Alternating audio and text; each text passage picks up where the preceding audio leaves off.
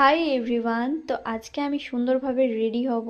আর আজকে আমি যা যা পরছি সব কিছু নতুন, শুধু এই আংটিটার ব্রেসলেটটা বাদ দিয়ে। তো এই যে আমি সুন্দরভাবে রেডি হয়ে নিয়েছি। তো তোমরা কিন্তু অবশ্যই আমাকে কমেন্ট করে জানিও যে আমাকে কেমন লাগছে দেখতে। আর রেডি তো হয়েছি, এবার কোথায় যাব সেটাই তো বলা হয়নি। তো এত সুন্দরভাবে রেডি হয়ে আমরা যাচ্ছি থানাতে, কারণ আজ ছিল থানাতে অর্কেস্ট্রা। আর আজকে আসছে অদিতি চক্রবর্তী, আর ওনার গান আমার ভীষণ ভালো লাগে। ওনার একটা ভাইরাল সং যেটা আমি শুনেছিলাম সেটা হচ্ছে যদি দেখার ইচ্ছা হয়। আই থিঙ্ক তোমরাও অনেকেই শুনেছো, অনেকেরই তোমাদের ভালো লাগে। তো ওইটাতে আমি আমার ইউটিউবের যে ডান্সের চ্যানেলটা আছে, আমার ফার্স্ট শর্টস যেটা ছিল নাচের, সেটাতে আমি এই গানটাতেই করেছিলাম যদি দেখার ইচ্ছা হয়। তো ওনার গান সামনে থেকে শুনতে পাবো, তাও আবার আমাদের বড়াবাজারে উনি আসছেন। তো এটার আগে তো কিছু হতেই পারে না, তাই আমিও চলে গেছি।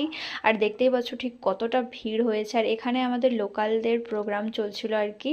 তো আমরা শুধু বসে বসে ওনার জন্যও অপেক্ষা করেছিলাম যে কখন আসবেন উনি। তো এরই মধ্যে ওনার ব্যান্ডের যে সবাই আছে সবাই চলে এসছেন। আর আমাদের আর কি একটু খাওয়া দাওয়া চলছিল। তো বসে বসে ভীষণ বোর লাগছিল। তো তাই ভাবলাম চলো আমরা কিছু কিনে আনি, কুরকুরে, আইসক্রিম এইসব।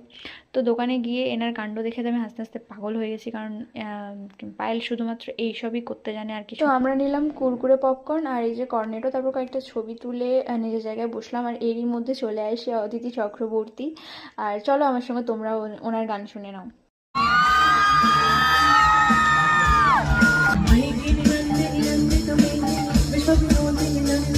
লোকগানের সুর, লোকগানের কথা সবটাই তো এই মাটি থেকে। এই পুরুলিয়া, বাঁকুড়া, সবাই হাতে তালিগুলো একসঙ্গে হবে, সবাই মিলে।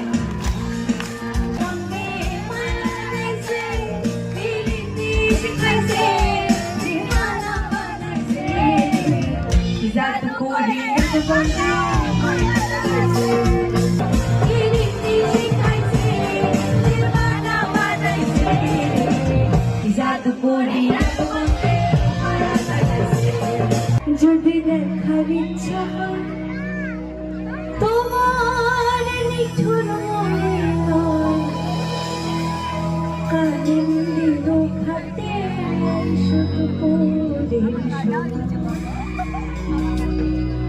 আমি জল ভরিবার ছল করিয়া দেখব নয়ন ভরিয়া, জল ভরিবার আমি জল ভরিবার